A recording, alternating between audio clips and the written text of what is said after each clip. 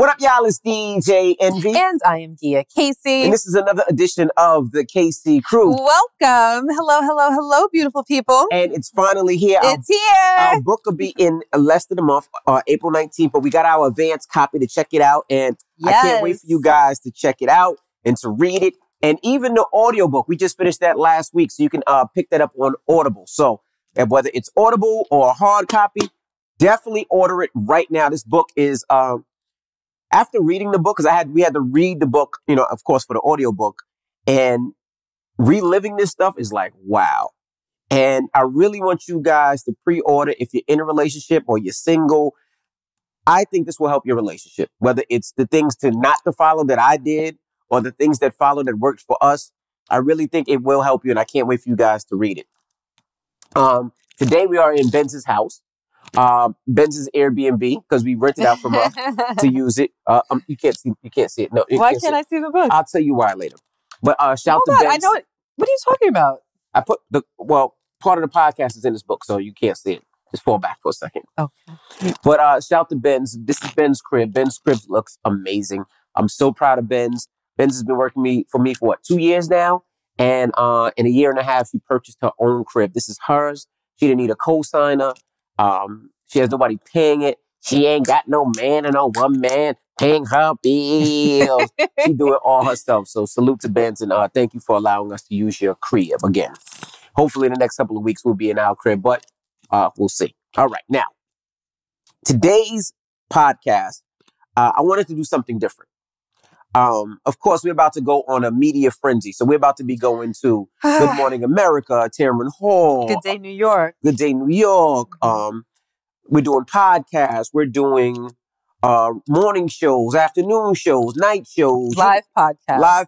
We're doing a media frenzy. That. What is it called that we're doing in LA, Benz? What's that thing that we're doing in LA? The LA Times Book Festival? Yeah, the LA Times Book Festival. We'll be in LA. Festival. Yes. We're doing some in-stores at bookstores near you. That's right. So if you're in Jersey, Bookends, you just follow us on our Instagram. We're going everywhere. Yeah, Bookends in Ridgewood, New Jersey, New York, right? Barnes and Nobles in the city. Yeah, we're doing a lot. I think it's a big deal. That's right. So just follow us on Instagram. I just have to say that I am so excited to physically hold the book. Yes, it's about time. You don't understand. Writing it was one thing. Putting it on paper was one thing. Having, a manuscript was one thing, but to actually get to hold the physical book is a whole other experience for me. I don't know how it feels for you. People come on your show and they promote their books, weekly or monthly or whatever. Mm-hmm. To actually have our own tangible book, to feel it, to turn the pages and to be like, wow, this was our creation. It is otherworldly for me. So I personally cannot wait for you guys to read it. So, I'm proud of it. I'm very proud of it. I'm proud of it as well. I'm very proud of it. And I'm proud for you guys to check it out. And don't forget, you can always email us, thekcgrew@gmail.com. That's thekcgrew@gmail.com. If you got questions and you want us to read it on the podcast, I can't wait for you guys to get the book. And we could do maybe some type of live where we go back and forth and you guys ask us questions. But on today's podcast, I wanted to do something different. Wait, before you do that, I want to stress pre-orders. I really, really want to stress pre-orders because there's a lot of pre-orders. And we just want to make sure that we can fulfill all of the pre-orders and to make sure that there's enough existing books for drop day, which there will be. But during that first week, that's when book sales go crazy, like when a book drops.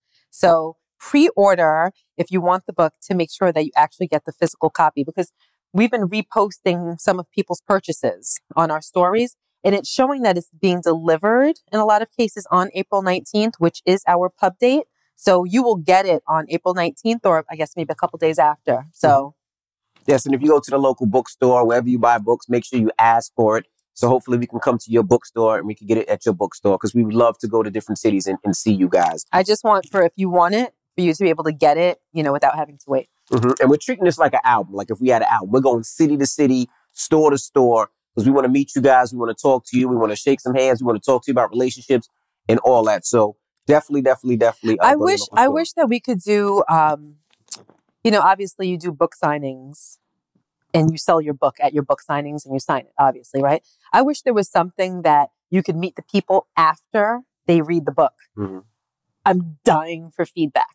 Yeah. I want the feedback. I want people to tell me what they thought about the book.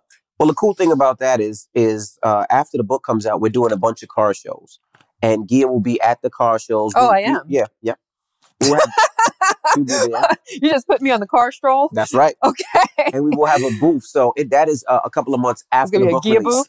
No, it's gonna be the Casey Crew booth. Okay. So we'll be there. You'll be signing books, and we'll be talking to people about whatever they want to talk about, which is a perfect timing. So the first one is Houston, June 19th, which is Father's Day. So come on out. We'll have books and come meet me and Gail.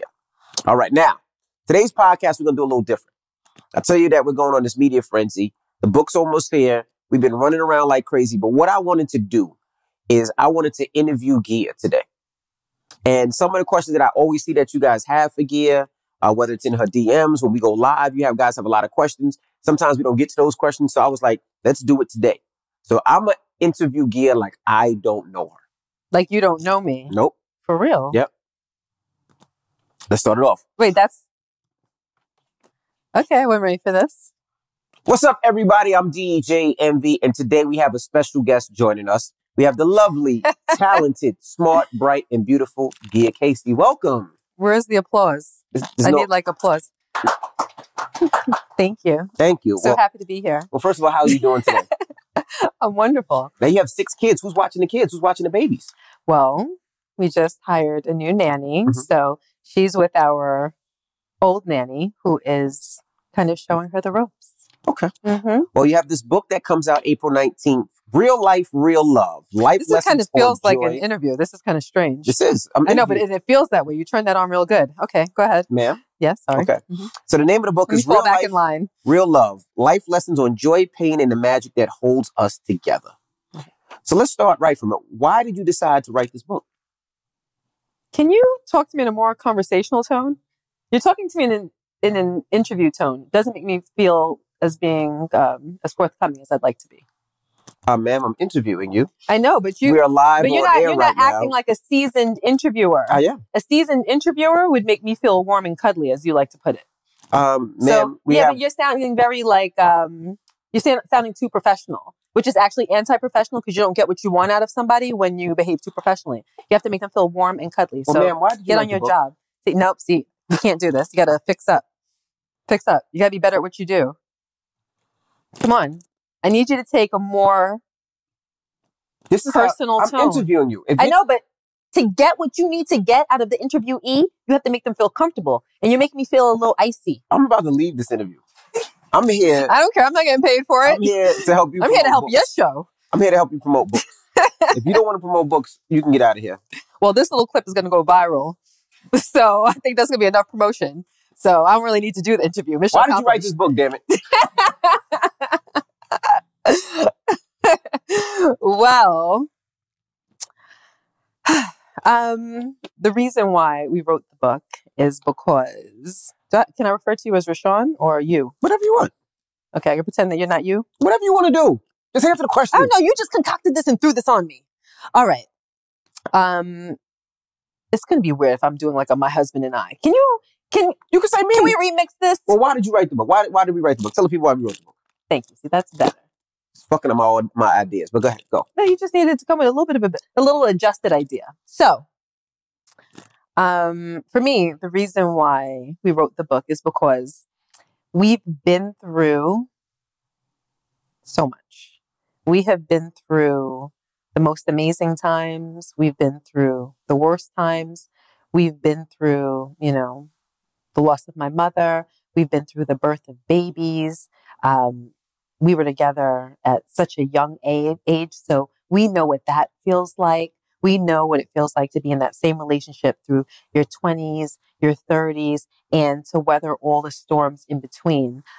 But what's most fascinating for me is at the end of all of that, and not saying that we're at the end of our journey, but at the point where we wrote this book, I'm referring to as the end. At the end of all that, I feel, as stated in the title, a magic between the two of us that I think is the most beautiful thing that a person can experience. There are a lot of amazing feelings that you can have in this world, but for me, There's nothing more amazing than the feeling of genuine love. There's nothing more amazing than that. Coupled with family, I am happier than I ever thought that I could be, especially considering where we came from. And it's the especially considering where we came from that is most important.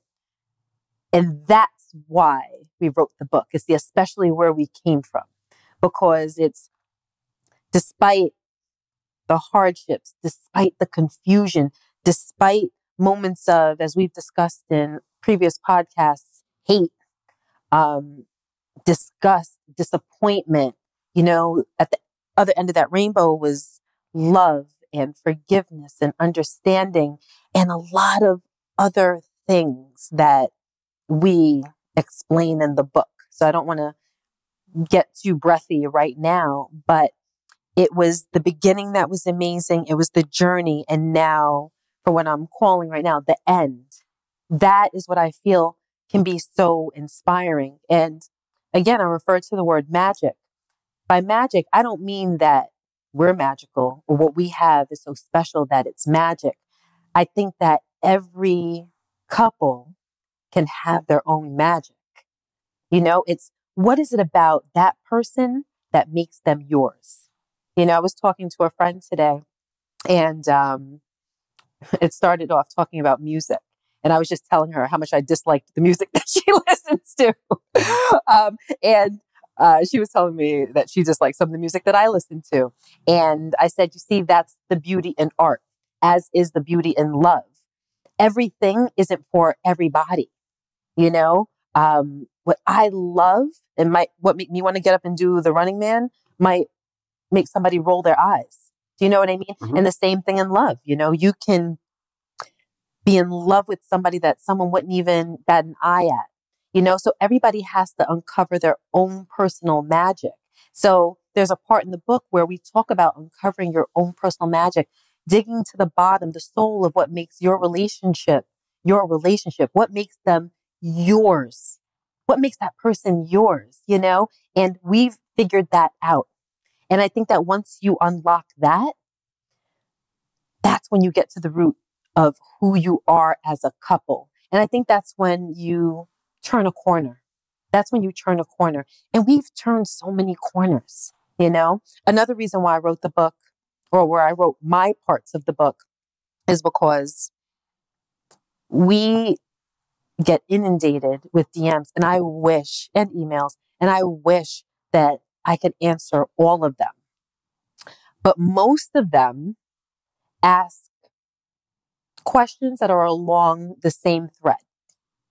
And this book was in many ways a way for me to answer all of those questions. So one of the main questions that is asked is, it'll go something like this. Gia, I'm in a relationship and I just found out that my boyfriend or my husband or my partner cheated. I'm devastated. I'm humiliated. I'm hurt. I've been crying for weeks. I don't know what to do. I love him. I don't want to leave, but I feel as though I have to. I have my family in my ear. I have my friends in my ear. Or I'm so embarrassed and I'm so humiliated that I don't want to tell anybody. I don't know what to do. I need someone to lean on. I need someone to call. I need someone to talk to. How did you forgive? How did you get over it? How did you stay? How did you get back to a happy place? Where are all those emotions now? Where are all of those feelings now? How did you bury them? Do you still have any more of those feelings left? Is there any residue? What do you like? How? Because I damn near need an excuse to stay because I want to stay so bad. Some of them, I don't have the strength to leave. I want to leave. I don't have the strength to leave. What do I do? And if I could pick up the phone and have a 2-hour-long conversation with each person that sends something like that in the DM, I promise you I would, because I feel like I know, because I went through it, and I went through it in the worst way. So I know what I did. I know what works for me, what worked for me. I know what you had to do to be put in a position where you could earn back my grace, where you could earn back my love and my forgiveness. I know what it took. And there's a section in the book called What Happened According to Her, and then another section called What Happened According to Him. So Rashawn's is first. And I'm the interviewer. Well, go ahead. So if you're the interviewer, then Rashawn is still Rashawn. Rashawn's not then you're here. not Rashawn. Don't point at me. Yeah, you point at me. I'm not Rashawn. Go ahead, continue on. So Rashawn's is first. And he details from the start to the end of the cheating, and from a man's perspective, why he did it. And he's talked about it briefly, I would say, on the podcast, or on a surface level on the podcast. But during those conversations that we've had, I pulled more out of you and was able to get you to soul search to figure out what was it inside of you that made you feel as though that was something that you wanted to engage in. And a lot of people, when they go through something like this, they're not able to pull that kind of information out of their partner. You go through it and you don't really get the answers. You don't really get the earnest whys. And we got to it with you, and you were able to put it down on paper. And I think that that's very valuable, because that will help people to understand, women especially, to understand why your partner may engage in something like that. It can explain to you exactly what type of situation can exist where it didn't mean that it was because of you as a woman. It shows that you don't push somebody to cheat. They cheat because there's something dysfunctional going on with them. And again, it goes into detail, but I feel as though those are things that women need to hear. Gotcha. I'm not done. I didn't say you are. Kidding. I didn't say you were. Well, we're talking to I'm not done. Wait, hold on a second. I'm just because people are tuning in, they might not know who you are. I'm talking to Gia Casey. Her new book, Real Life, Real Love, is out right now. Life Lessons of Joy, Pain, and the Magic That Holds Us Together. It's actually out April 18th. You can pre-order your book now. Continue on, Mr. Casey. And then for men, I think it's valuable because with men like you, while it was going on, they may not have gotten to the bottom of why they were doing it themselves. So I think the book is also excellent for men because it'll help men understand possibly who they are in this sector of their life, or who they may be. Do you understand what I'm saying? Mm-hmm. And then there's a chapter in the book called The New Deal. And I don't really want to talk about it. It's probably one of my favorite, well, it's definitely one of my favorite chapters, if not my favorite chapter, just because it really outlines the getting back process. And I don't mean getting back at you, the getting back to a place of love and what it takes. Like step by step, like what does a man have to do, or a woman, if you're a woman that is cheated. But in our case, obviously, it's a man. What does a person have to do to earn that back, to earn back the trust? And there's just a lot of good stuff. You know, there. I would say this. I wasn't going to go into the whole cheating thing, but since you opened the door, first of all, I want to tell you, you're a very lucky woman. You have a great husband, from what I'm hearing. So the first question is, reading the book, I've seen that your husband, had some insecurities. He was overprotective. He was overbearing at times. So, I mean, why didn't you leave? If there was a man like that with your daughter, how old's your daughter now? 20 years old. If there was a man like that with your daughter, right, mm-hmm. doing some of the same things that your husband did mm-hmm. back then, yes, wouldn't you tell her to leave? I would absolutely, no, I wouldn't just tell her to leave. I would see to it that she left. So why didn't you leave? At what stage? See, there were reasons. See, I would love to be able to just answer that question in a simplistic way, right? But to do that would to be dishonest. Well, you did tell a story in the book about one time you were trying to go out with your friends, and let me see if I can find it. Oh, here it is right here. You was going out with your friends. Your boyfriend at the time said, "What are you wearing? That's showing too much skin." And you said, "Well, I'm going out anyway." He said, "I forbid you to go." And you said, "I'm going out anyway." He picked you up and put you in the shower, ruined your clothes, your hair, and your makeup so you couldn't go out. Mm-hmm. Maybe that was the time that maybe you should have left. There were probably 1,200 times that I should have left. Okay. That I didn't. So you want to know why? Why? Why didn't you leave? You know, because you would have told your daughter to leave. Absolutely. So why didn't you leave, Mrs. Casey? Okay. So as Can I call you Gia? Yes, you can. Why couldn't you leave? Why didn't you leave, Gia? So as I was answering before, I was rudely interrupted. By the way, did I comment on your poor interviewing skills? Oh, my bad. So anyway, I stayed for different reasons during different parts of my life. During the earlier stage, meaning teenager, early 20s, your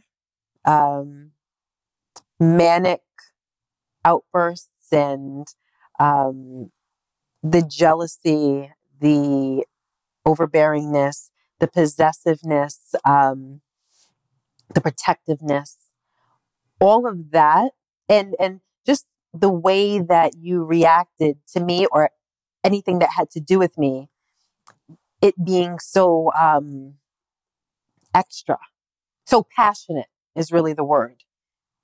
Your passion towards me with an immature mind, I took that to mean that you were so in love with me that it drove you to that level of passion. So I would try to break up with you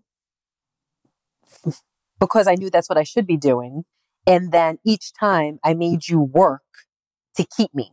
And each time you did work to keep me, whether it was begging, pleading, doing outlandish things to create a demonstration of your love, you did it every single time. It was never a cakewalk for you. Do you agree? I don't know you. Come on, stop, for real. Do you agree? This is your interview. I'm interviewing you. Yes. Come okay. On, yes, it was never easy, you know, and I never made it easy. And not only was it what would get you in those terrible places in the first place that made me feel like, okay, well, he must really love me because only I can bring him to this state. But then you trying to make it up to me, you begging, you doing things that I don't think a lot of men would do, that also made me feel as though you really loved me. I just felt as though you couldn't control yourself, or that the insecurity, or you just being so concentrated on one day I might leave you. I felt as though you couldn't really harness that in. You know, like at those times, we didn't break up because you did anything like cheat, or it wasn't about that. It was about you being so controlling and you treating me like a piece of property as opposed to a human being. Mm. So that is kind of what plagued our relationship during the early years, right? Why I stayed. Then there are other reasons why I stayed during, you know, the big chunk of our relationship, but I'll skip over that. And then the reason why I stayed afterwards is, again, because I believe that once I found out about your misdeeds, I think that that created something in you that you weren't even prepared for. I think that you suffered a hurt that almost destroyed you. And obviously, as you've explained, you never thought that I was going to find out. And then once you did, I think that what you went through was just devastating for you. And, you know, you talk in your section about how that affected you and the depth that you descended to. And we won't go there now. We're not going to. Yeah, we will. I'm just saying that you talk about it. But I think that sometimes when a person cheats or does wrong, a massive wrong in their relationship, you know, you'll hear people say something big may have to happen to change them. And I think that this was that big thing that happened that changed you because you were certain that I was leaving you. You were certain that this was going to end in a divorce. So there was nothing that you could fake. It was just all raw emotion. So it hurt me to see you so hurt. And again, women would ask me, why do you prioritize his feelings? Or why are you concerned about his feelings when, you were obviously more hurt? And the answer to that is in the book. But in short, that's how I've been my whole life. I can take on a lot and I can handle it and keep a brave face and move through it and weather those storms in a way that a lot of my peers I've found throughout time can't or won't. And I felt as though I had the wherewithal to still have empathy and compassion and love for you, even though I was hurt. And also, even though it didn't mean that we were going to remain in a relationship, it meant that I was still able to feel those feelings for you, knowing that we weren't going to be together. But I stayed because, and if you guys are podcast listeners or watchers, you know the answer to this question. Long story short, I was made to honestly believe. I was made to know that is what God wanted for us. And they can read that part of the book. Yeah, it's such a great part. It's for me the most important message in the book. And besides, we'll take a cheek now. I'm talking about early on in a relationship when your then boyfriend was insecure. What made you say, and is your answer that you thought that Ed was showing that he loved you? Even though the things that were done were extreme, I felt as though they were done. It was flattering. Mm-hmm. It was flattering in a sense. I felt as though, wow, he's so scared to leave me that it makes him lose you. He's so scared to lose you. You mean? What did I say? Leave. Oh, he's so scared to lose me that it makes him want to do everything that he can to keep me contained, to make sure that I don't meet other people, that there's no threat being posed, so that he knows that I'll always be with him. That's how it felt. It felt as though you were protecting me against you losing me. So, yeah, that was flattering that someone loves you that much. In hindsight, it's immature and it's massively ignorant. It's ignorant. But as a 15-year-old, a 16-year-old, 17, 18, 19, 20, 21, 22, 23, maybe even 24-year-old, that's how I felt, And again, it was just these demonstrations of love and excess, and you would do anything. If I said, I need you to take 10 feet down the plank and jump off the edge of the ship in the middle of the Arctic Ocean, you would have done it. And you'd have been in the water like, is it good enough? I'd be like, okay, it's good enough. And you would swim back and get back on the boat. Anything that I said that I needed you to do to gain my forgiveness, you would do it. And those demonstrations, quote unquote, proved to me that you loved me. Okay. Make sure you pick up the book. It's out April 19th. Now, I also want to ask about your career. Okay. Is it true that you gave up your career because you felt that your husband was doing pretty well and you wanted to raise the children? So you decided to put your career on hold? Is that true? It's partially true. Well, why? And what made you believe in a DJ, at the time? Why are you changing your voice? I don't know what you're talking about, man. Because back then, it wasn't cool to be a DJ. He didn't have a career at the time. It was almost just like a hobby. Uh-huh. And what made you believe and why did you say, you know what, I'm going to forego my career. I'm going to raise these kids and I'm going to support a man that is jumping into a field that you both had no idea that was ever going to work. I mean, there's a zillion and one DJs and the fact that he made it through, how did you foresee that? Like, how? Explain. Okay. So by the way, your husband is a very, very talented DJ and you're such a lucky woman to be with him. Thank I just want to say that. Go ahead, continue on. Okay. And I'm not flirting because I don't go that way. I'm just telling you. from reading the book. But go ahead. Reading the book. Got it. Okay. You asked a few different questions in there. Which one would you like me to answer first? Whichever one you want to answer. Okay. So regarding your career,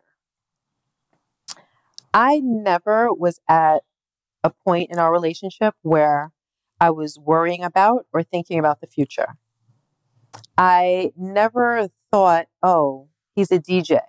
Will he be able to support us? Will he be able to financially raise a family? For me, our relationship was always one day at a time. And the only thing that I was interested in was supporting you and making sure that I didn't cause you any stress as it pertains to your career. Mm-hmm. I wanted to make sure that you didn't have to worry about having a wife that would say things like, you work too much, we don't spend time together, we don't talk. For me, it was like, oh, there's an opportunity, go get it. Oh, there's a trip, take it. Oh, you're going to be gone for how long? A month? Because you're on tour with Fab? All right, be gone for that month. I'll hold it down. For me, it was just always about giving you the mental freedom to be able to chase your dreams. Now, as it pertains to my dreams, yes, of course, I had dreams. I never envisioned myself in my life as a stay-at-home mom or a homemaker, domestic engineer, however you want to call it. But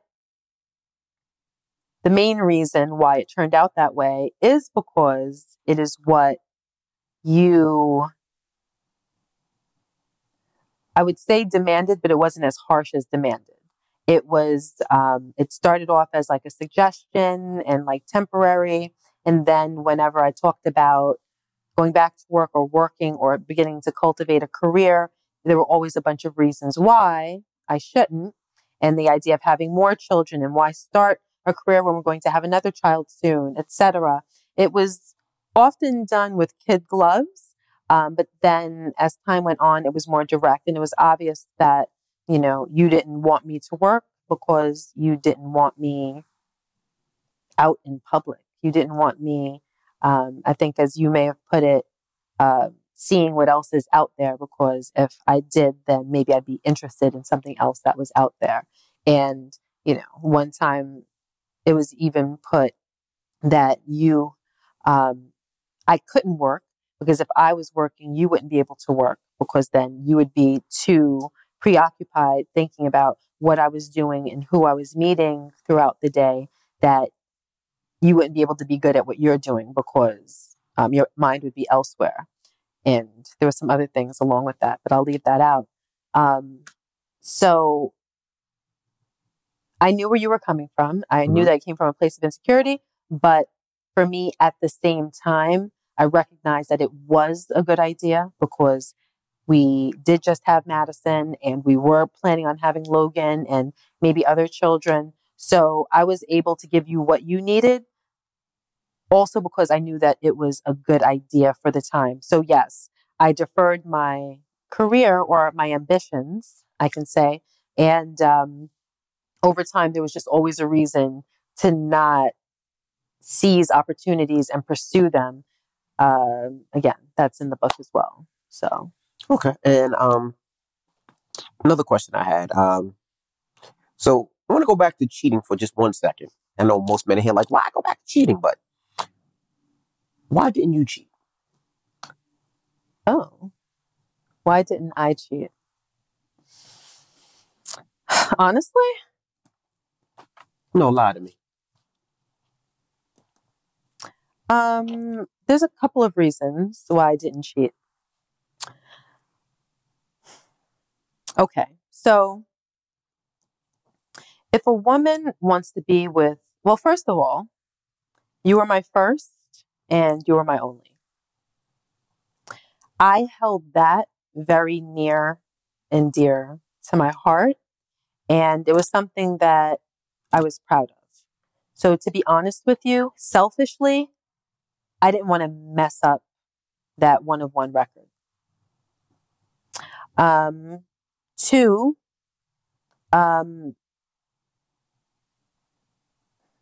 a lot of women, if they choose to be with multiple men, that's fine. There's nothing wrong with that. Like, we make our own sexual choices based on our sexual identity. And by sexual identity, I don't mean sexuality, just by who we see ourselves as in a sexual world. For me, I would have never, how do I put it? I would have never compromised who I am and what I hold near and dear to my heart just to spite you. So to spite you in that way would have been spiting myself tenfold, because I really do believe that our bodies are not for public consumption. That's my belief. That's how I feel. So what I do with my body has nothing to do with what you do with yours unless we're doing it together. So that's the answer. Okay. Let me ask you another question. So when you were in the thick of things, right? And blogs were posting and vlogs were saying stuff, comments sometimes got a little nasty. Yeah. Now, your husband is very emotional, right? He Have you met him? Once or twice. He shoots off. He does not care. He'll go back at somebody. But you weren't. I wasn't petty. You wasn't petty. You weren't emotional. You didn't clap back. Why didn't you, feel like you had to respond to anybody, any of the blogs or any of the thing that was going out on social media? Why didn't you respond? That's a good question. Okay, so the first... I'm a great interviewer, but go ahead. You're getting better. You're getting better as this thing is going forward. First thing is that I'm not a terribly emotional person. I have a good amount of control of my emotions and my actions subsequent to my emotions. So that's number one. Number two, I'm not preoccupied, worrying about what other people think or say, unless there's legitimate merit to it. If there's legitimate merit, then I'm absolutely happy and willing to take in commentary of others, even if they're strangers. But if an opinion or a comment is rooted in hate, malice, or by someone that loves to see other people suffer, I can't value that comment or opinion. So I can't have an emotion that's attached to that. Because, it's kind of like when they say, when someone tells you something, anything, always consider the source.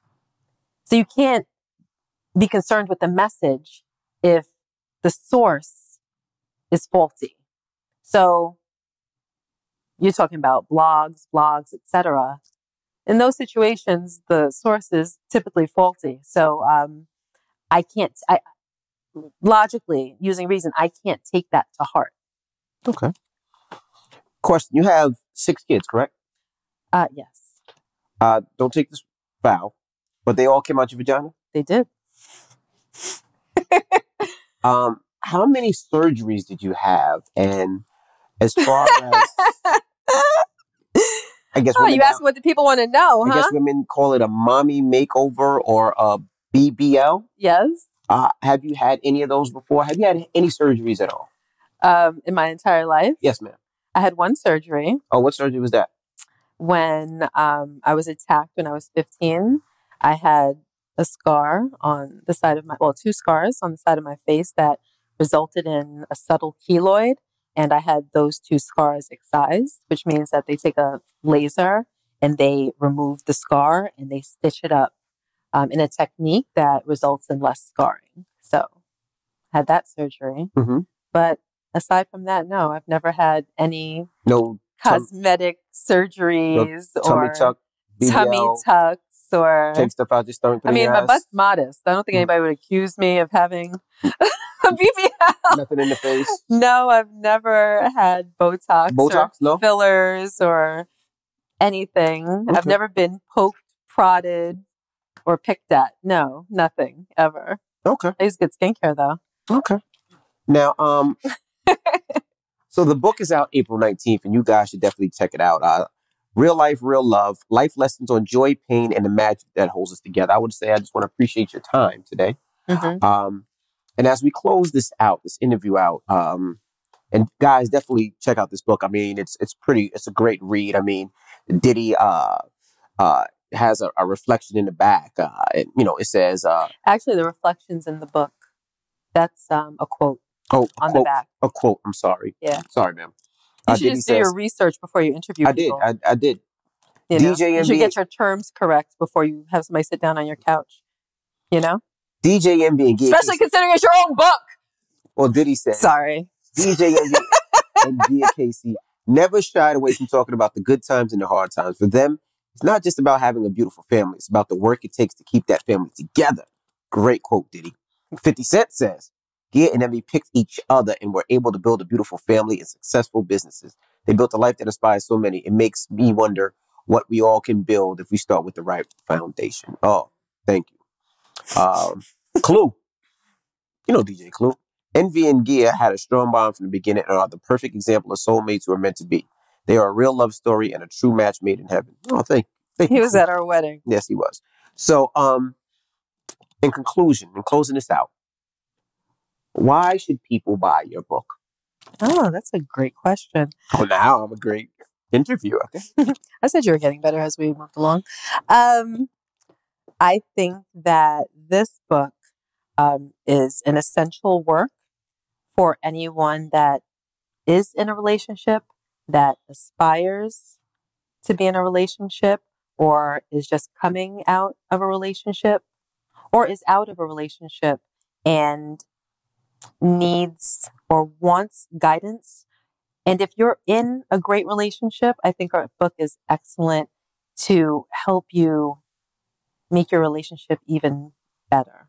So I look at this book as not just stories, but it's also prescriptive, where there are questions, there are lists, there's exercises, there are questions and answers. There are so many different things there are so many takeaways and so many ways to take away from this book.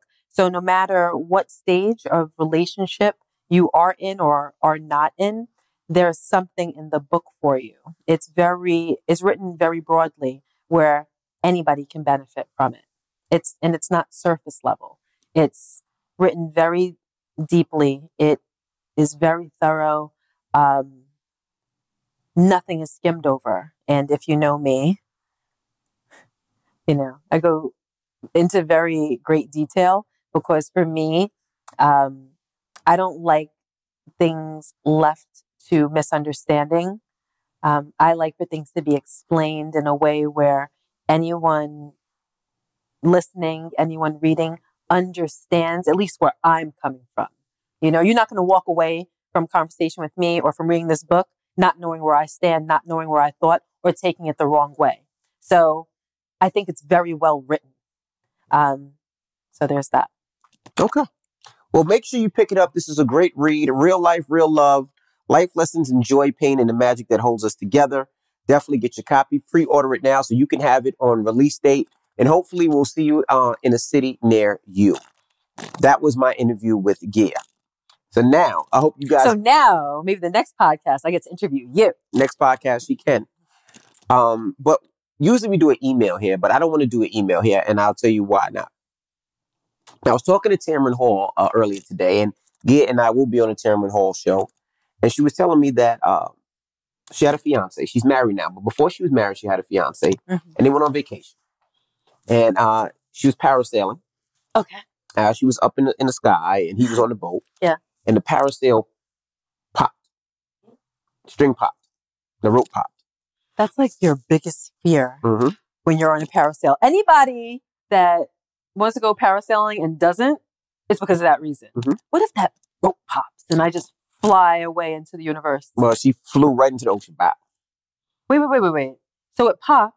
And it came right down. So the parachute didn't lower her down? I would think that it would either keep you up floating or eventually maybe lower you down. Well, she said she went right into the water. Oh, my goodness. So she probably lost wind. Right. So when she fell in the water, she does not know how to swim. She had a life jacket on, though. She did have a life jacket on, but she did not know how to swim. and she was scared that the actual parasail was going to fall on top, and she would be able to see, and would kind of suffocate her. So keep her under. Mm-hmm. But the boat is not next to you. The boat is far away. Far away. Because that rope is long. Correct. Mm-hmm. So now, let me ask you a question. Her fiance did not jump out to swim to get her. What? So now... Wait, what? What did he do? He said, turn the boat around. Like what was it, delirious or raw? Throw down your wallet. That's exactly what Throw down your wallet. That's exactly You remember that? On Delirious or Raw? I don't remember which one. So Eddie Murphy? When the house was on fire? Don't let us all suffer. So the boat spun around, and then one of the people on the boat jumped out and swam to her. Could her fiance swim? Yes. He was a lifeguard. Used to be a lifeguard. Stop it. I don't want we're going to end the podcast right now. There's nothing else to discuss. Keep going. So in that case, what happens now? Now think about you get back on the boat and you find the nearest blunt object and you go upside his head and then you toss him overboard. Okay. That's what you say. But let's say... Hold on. Are you kidding me? Yeah. He was an ex-lifeguard? Yeah, ex-lifeguard. Knows how to swim. Mm-hmm. It was okay. I mean, but is there any reason why he might have said, well, the people, what was the reason? What did she say his reason was for not? Well, you had to get to that part. She never asked him. Because you're a terrible interviewer. You didn't ask. She didn't ask him. No, she had to have. So I'm asking. There is no. Let me explain something to you. There is no world that exists where the person that fell into the ocean got back on the boat and didn't say, "Why didn't you come get me, mother trucker?" That doesn't exist. Well, the guys from the boat that was, doing the tour or whatever it was, they jumped in and got her. But let me ask you a question. Is there ever a reason not to jump in and save your fiance? I mean, maybe he had a fly outfit on and he was like, I don't really want my outfit wet. The first thing that came to mind is like, maybe if there was a shark. Maybe sharks in the water. But if you just left me to get eaten by the shark, like we'd have a problem too. Right? Like, that's like a train is coming. Your kid is on the track. You don't think, well, damn, I might get hit by the train too. You think if he gets hit or she gets hit, we both gonna get hit. But I'm gonna do everything I can to save her. There is no reason why. Now, if someone can't swim, I can understand them saying to themselves, there's no way that I can help her because I'm going to drown 12 seconds in. So there's nothing that I can actually do. Maybe there's something to be said for that, but to just be like, you all right? like, move your feet. Lay on your back. Try to float. Like, I can't imagine. He didn't love her. But if they let's say it's a shark infested water, they'd be like, shoot, if I jump in there, we both did. You're talking to someone that swam with the sharks. So, we both gonna die. So it would be over. We wouldn't have flown back to the States together. It would have been done then. You left me to die. That's different than cheating. And cheating is bad. Cheating's the worst. But if you leave me to die, we don't come back from that. Oh, all right. Right or wrong? Yeah, no, I agree. What do you think? No, I agree. What did she say? I'm interested. Well, she said she didn't. Did the interview air yet? No, it would air by the time this podcast comes out. Okay. But she said that she didn't say anything, and it was a wrap. Relationship was over. No more fiance. Because he left her to die. He left her to die. So she didn't speak to him at all. He went back and never spoke to him since. Yeah, that sounds about right. I like it. I like it. But what happened if he had a fear, though? Sometimes you just have a fear. Okay. He should have feared me dying and him not having a potential wife anymore. That should have been his fear. Are you kidding me? All right. He could swim. What could he be afraid of? He was a lifeguard. You can't be a chef if you don't like food. Do you understand what I'm saying? This don't make no sense. Well, right? That's what happened. Right? You can't be a mechanic if you don't like cars. You can't be a lifeguard if you don't like the water. Right? He has no excuse. He wanted her to die. All right. Well. Do you understand what I'm saying? There you have it. There you have it. Did they answer an argument before that? No. Okay.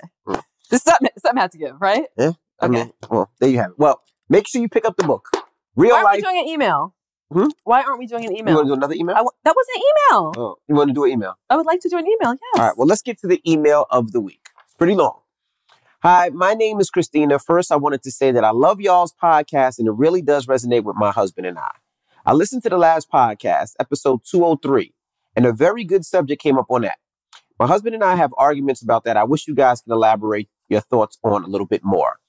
Last episode, you guys spoke on being in the same room with your ex that you had a sexual relationship with. My question is for Envy. What is the time range for you to still feel a way about the ex? I ask because recently this has happened to my husband and I. We were married for 11 years, but together for 14 years. We are 31 and 32 years old now. We have 2 kids. One is 12, one is 5. My 12-year-old boy plays basketball in her middle school, and on her first game, we walk in. Right in front of us was my ex-boyfriend, whom I lost my virginity to. The biggest problem for me is my husband automatically get upset with me as if I knew he was going to be at that game. But this guy's been my ex for more than 11 years. There were 2 boyfriends after him and before my husband. So my husband never really knew him or me when we dated. I am more like Gia, like who cares? It's so far behind us and that shouldn't matter. If he says hi, be an adult, say hi and keep it moving, especially because we are at our daughter's basketball game. Well, my husband wasn't on that same energy, and to him, it was a problem for my ex to be there. Well, we then found out from my daughter that his daughter and our daughters are friends. And they go to the same school, same grade. Now my husband is pissed because we have to see him more and more and more. Our kids have games, and instead of just rolling with it, he's telling my daughter, well, you're better than her because you are a team captain. You're a point guard of the A team. She gets to play on the B team. Shaking my head, petty. Be grateful that that's not your daddy, because you wouldn't be athletic either. So, Envy, what do you think of this? What is the statute of limitations? Like, at what point is it like, okay, dude, like we were kids when we dated, laugh out loud. As a man, do you think it's not as much as my husband is acting? You think he's acting a little too far? He's the guy I lost my virginity to. I do also need to mention prior to this, a while back, we were playing adult games at a friend's house. And the question was asked if you ever forgot the person and the day you lost your V card to. And most of us girls said, no, you don't know. Gia, do you think it's true? I just want to know. Wait. Do I think that what is true? I'm going to read it again. I do also need to mention prior to this, a while back, we were playing adult games at a friend's house. And the question was asked if you ever forgot the person and the day you lost your V card to. And people said they forgot? And most of us girls said, no, you don't. Like you never forget. Oh, no, of course, you're right. Okay. Gia, do you think it's true? Of course I think that's true. I don't think... Who forgets who they lost their virginity to? You have to be mentally inept if you forget, or you have to be a whole whore and have ran through that many men that you forget the person that you lost your virginity to. She said, I just want to know y'all's thoughts. Also, Envy, I'm a new real estate agent in Austin, Texas. I was just in Austin, Texas. If you ever come down, I was just there like 2 weeks ago. You should totally meet. Maybe I can get a few pointers of flipping houses from you. Thanks, Christina. Okay. Let me think about this.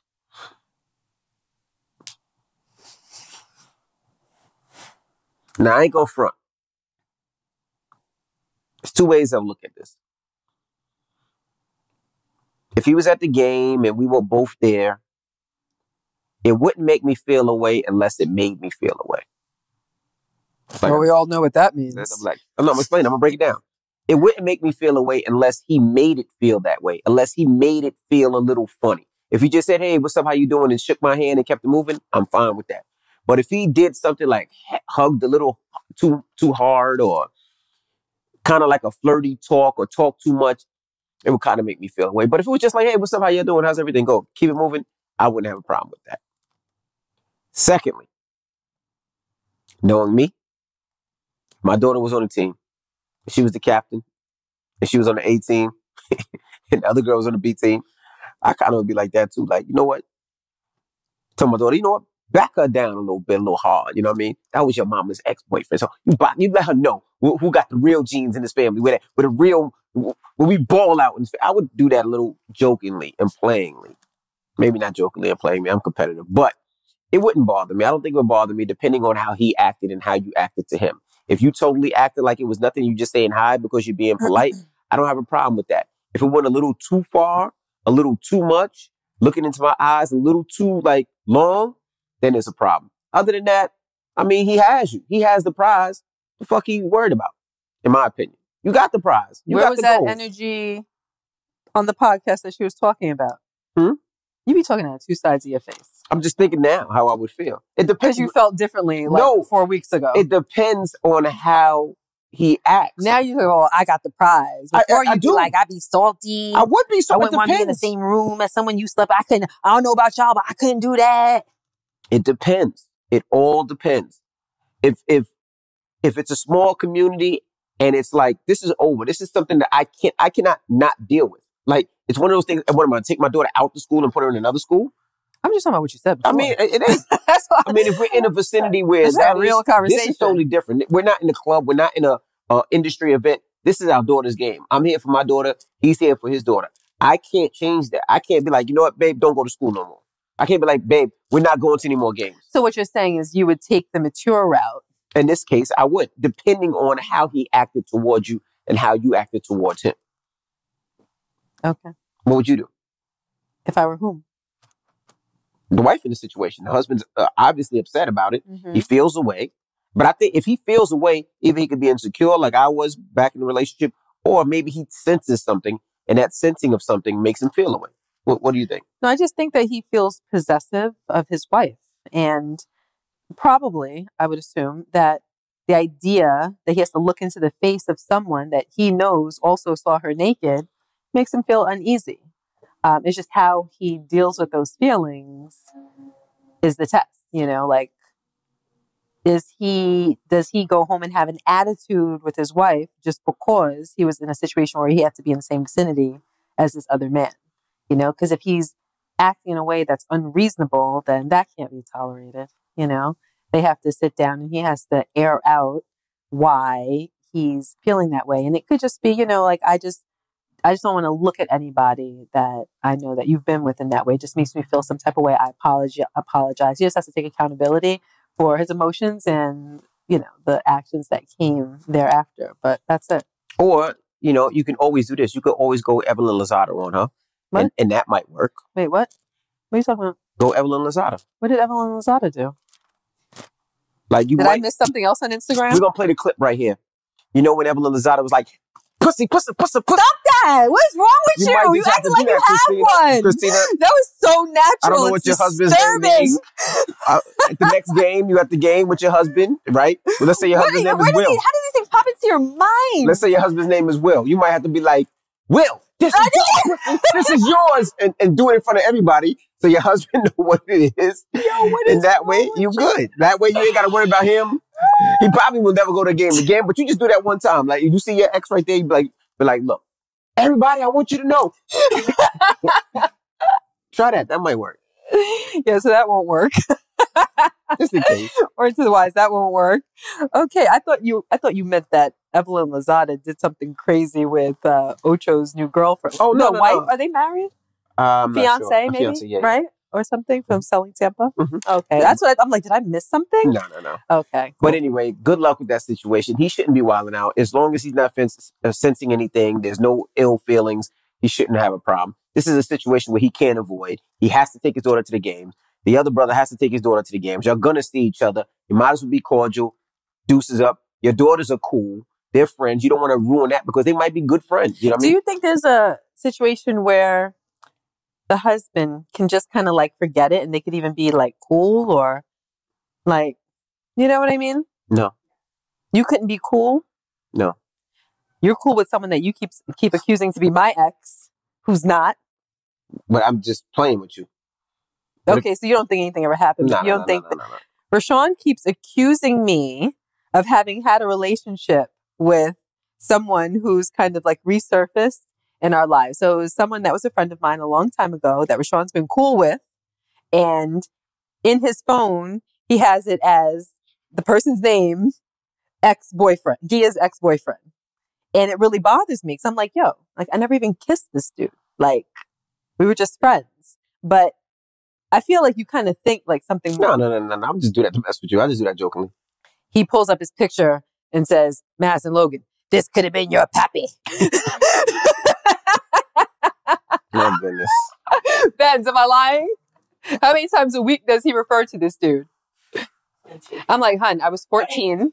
Like I was 14, right? Nothing ever happened. And you can't let it go. So I'm not really believing your kumbaya energy in this situation. It is. But anyway. Oh, now how quickly it becomes but anyway, right? But okay. Anyway. Can we read one more email? No, we got to go, baby. There's no more emails and we have to go. There is. She has a whole pile of them over there. We have to go. You just don't ever want to give them more than an hour. We have a meeting. No, we have a meeting. We have to go. So we have to say. Why, you think if you say it nice and softly, then I'm going to be like, okay. No. We have a meeting. We have to go. So let's say goodbye to the good people out there. Don't forget you can email us, thekcrew@gmail.com. And please. THEE. KCCrew@gmail.com. Make sure you pre-order the book. Can't wait for you guys to get it. I believe that it'll be on your doorstep on April 19th, if I'm not mistaken. That is right. So it's our pub date. So we will see you guys later. I'm DJ Envy. And I'm Dia Casey. And this was another edition of the KC Crew. Toodles.